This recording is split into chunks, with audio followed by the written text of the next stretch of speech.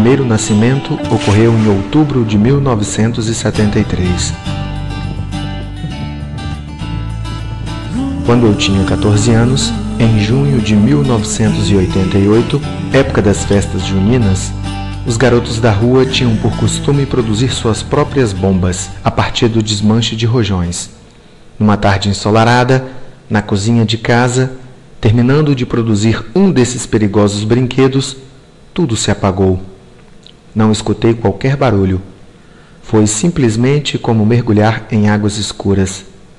Não sei dizer quantos segundos se passaram até que lentamente comecei a recobrar os sentidos. Como quando a gente acorda sem saber exatamente quem é ou aonde está.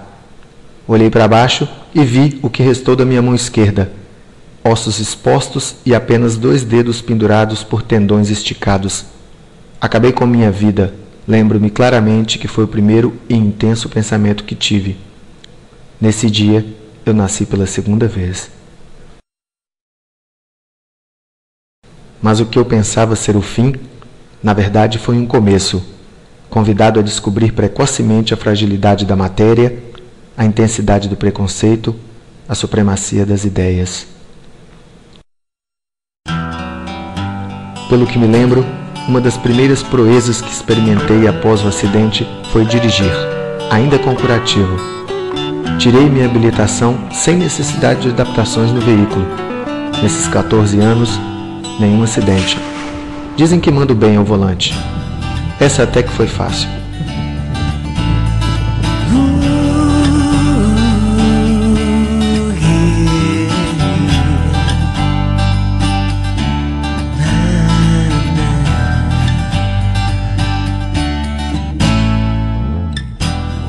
Amarrar os cadastros já exigia um pouco mais de criatividade.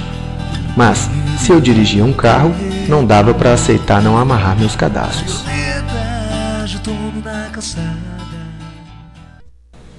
Mas a maior proeza realmente parece ter sido no campo da música. Cerca de 1 ano após o acidente, sem me dar conta da situação, quis aprender a tocar violão. Procurei um professor, obviamente ainda mais maluco do que eu, que falou: "Não, isso aí não tem nada a ver."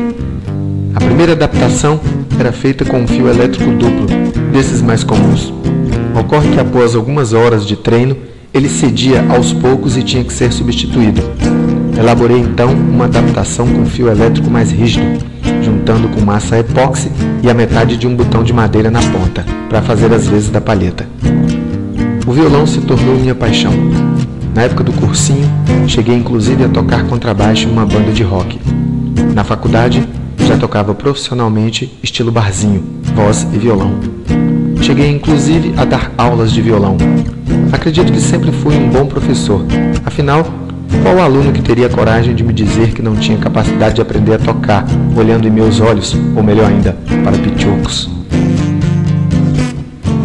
Com relação às mulheres, passei a acreditar que a natureza tivesse me dotado de um mecanismo para afastar naturalmente aquelas que não valeriam a pena, aquelas que não tivessem capacidade de enxergar além da efêmera carcaça. Conclusão: nunca fui de muitas mulheres, mas as que passaram por minha vida foram especiais. Além do que, como já me disse um amigo, você perdeu um membro, mas ganhou o outro. Certa vez, fui convidado para almoçar na casa de um pessoal com quem tinha acabado de fazer amizade. Somente depois fiquei sabendo que eles estiveram muito apreensivos naquele almoço, pois não sabiam se deveriam servir a carne cortada ou se alguém deveria me ajudar a cortar. Não imaginavam que eu simplesmente iria servir e mandar ver. Como já dizia um velho ditado popular, Deus tira os dentes, mas enlarguece a goela. Já tentaram cortar as unhas utilizando apenas 5 dedos? Também é possível utilizando tesoura, mas recomendo um cortador de unhas.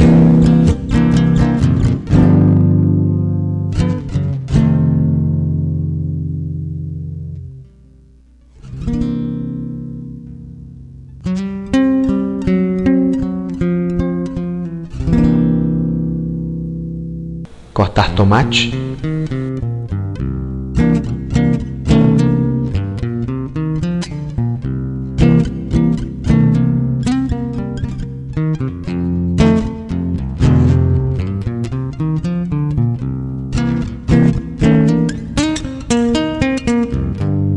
passar manteiga no pão,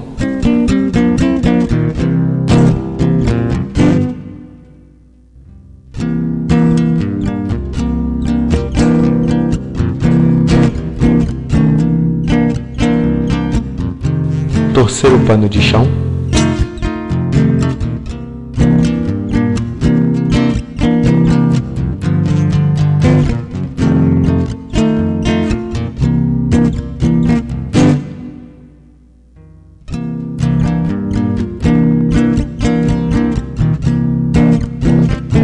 estalar um ovo,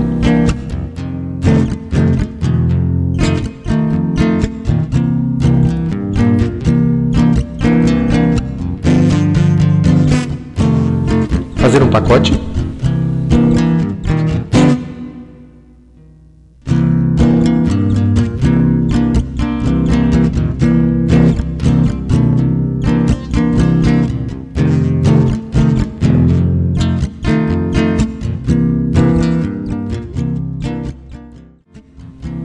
eu já almoço em restaurante do tipo self-service há 15 anos. Nunca derrubei um prato, mas a hipótese sempre passa pela minha cabeça, afinal é quase malabarismo.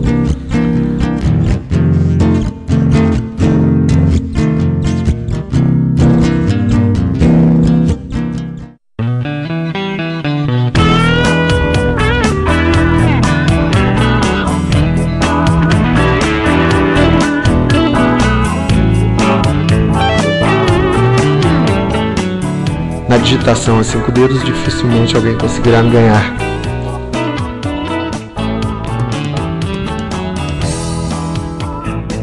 Sou o andarilho da noite,